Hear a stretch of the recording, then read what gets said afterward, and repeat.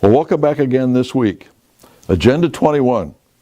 It's something that has come to the attention of many people around our country, and as a result, many local citizens have done what they can to get rid of Agenda 21 out of their communities through the ICLEI organization that their council or commission belongs to. Now, because of this knowledge about Agenda 21, the forces that mean to rule us through this process have started to change the names. They've started to change the name of ICLEI, for instance. They've started to change the name of Agenda 21 itself. I have in my hand, and I'll tell you how you can get a copy for yourself, Transforming Our World, the 2030 Agenda for Sustainable Development. And basically it's saying that, well, we need to hurry this process along. We've got to get things done by 2016, 2020, and most assuredly by 2030. In other words, it's not an Agenda 21, the 21st century anymore. It's actually over the next couple of decades. And so in here, you start to read what they have to say about what they're trying to do. And they'll say things that are very contradictory, that cannot exist side by side. And it's full of glittering generalities about eliminating poverty and sustaining the world and on and on and on. And if you extend the lines on these things, it means total government control.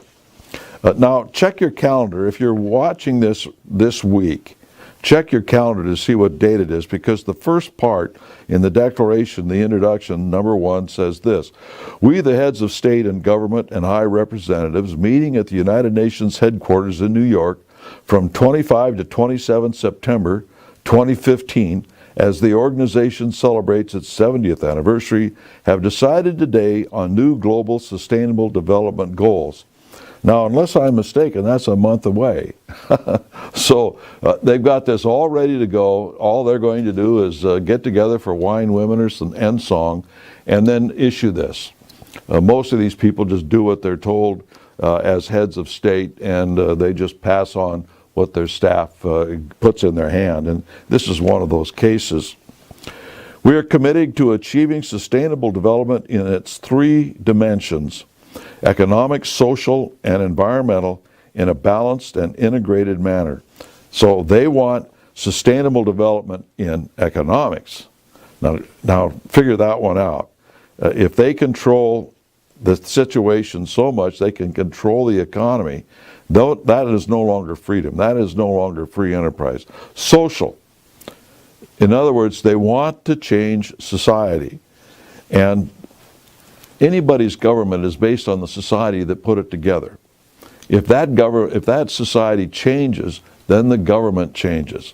And so Karl Marx knew, as I've said before on these broadcasts, he always called for a social revolution. He knew that society had to change in order to make communism, socialism successful.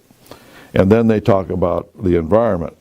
But a couple of other things that are in here, just as a just to fill you in. It says, it is guided by its purposes and principles of the Charter of the United Nations. It is grounded in the Universal Declaration of Human Rights, that sort of thing. So these declarations of human rights, as I pointed out in my book, International Merger by Foreign Entanglements, on page, for those of you who have a copy, on page 112, it says in these areas where they're giving these rights, in other words, our system is based on the idea that God gave us our rights. Therefore, nobody can legitimately take them away from us, particularly government. The UN and the way it's set up through its charter and its Universal Declaration says we give you the rights. We guarantee you these rights. And they say things like this. Freedom to manifest, everybody has the right, this is Article 18, by the way, of the Universal Declaration from the UN. Everyone shall have the right to freedom of thought, conscience, and religion. But then it asserts this: freedom to manifest one's religion or beliefs may be subject only to such limitations as are prescribed by law and are necessary. So the Bill of Rights of Congress says that Congress shall pass no law. These are your rights. They come from God. Congress may not interfere, period.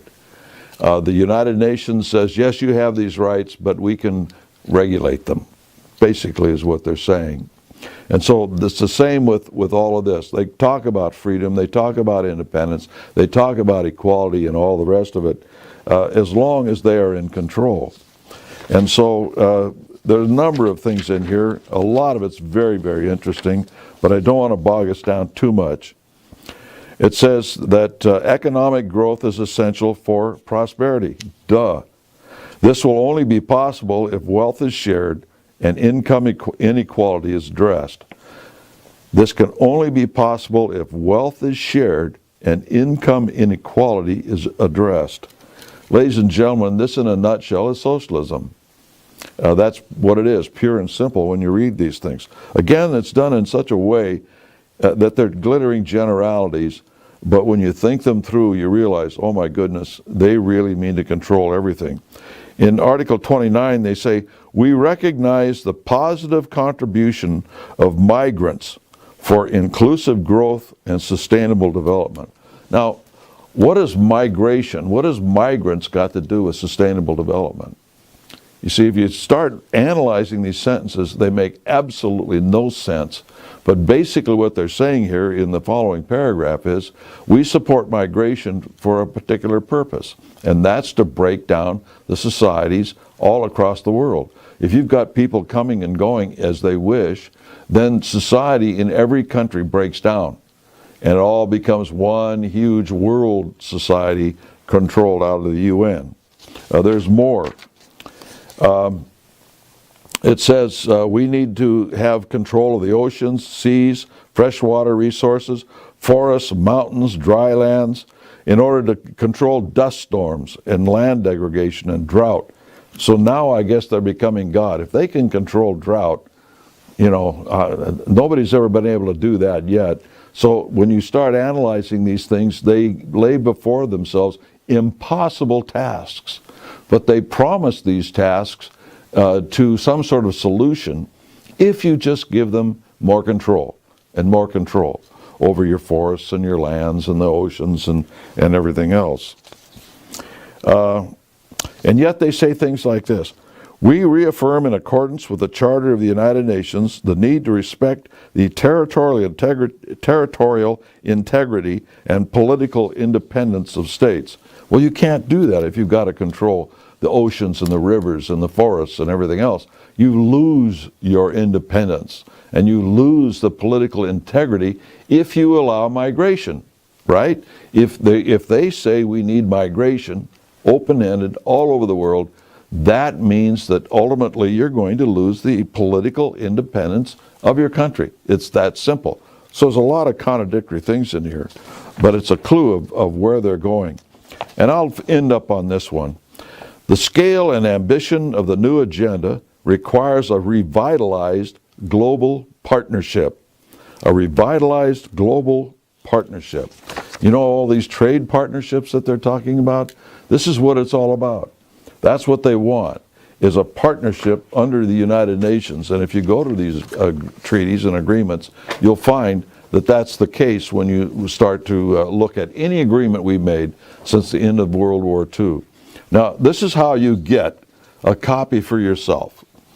And it's sustainabledevelopment.un.org/post-2015/transforming our world.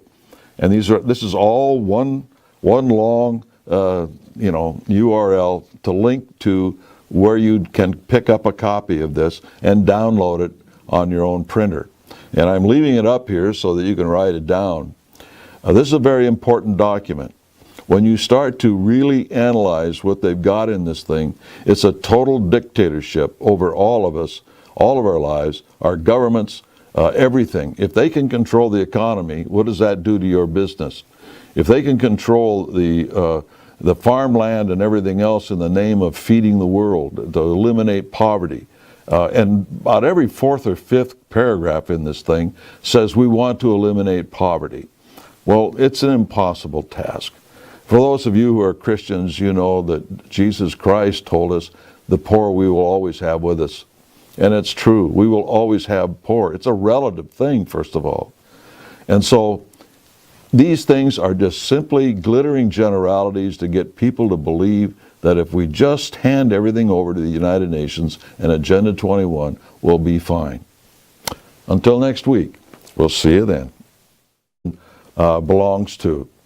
Now, because of this knowledge about Agenda 21, the forces that mean to rule us through this process have started to change the names.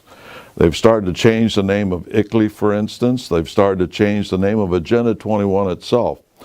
I have in my hand, and I'll tell you how you can get a copy for yourself, Transforming Our World, the 2030 Agenda for Sustainable Development. And basically it's saying that, well, we need to hurry this process along. We've got to get things done by 2016, 2020, and most assuredly by... Well, welcome back again this week. Agenda 21. It's something that has come to the attention of many people around our country, and as a result, many local citizens have done what they can to get rid of Agenda 21 out of their communities through the ICLEI organization that their council or commission by 2030. In other words, it's not an Agenda 21, the 21st century anymore. It's actually over the next couple of decades. And so in here, you start to read what they have to say about what they're trying to do. And they'll say things that are very contradictory, that cannot exist side by side. And it's full of glittering generalities about eliminating poverty and sustaining the world and on and on and on. And if you extend the lines on these things, it means total government control. Now, check your calendar. If you're watching this week, check your calendar to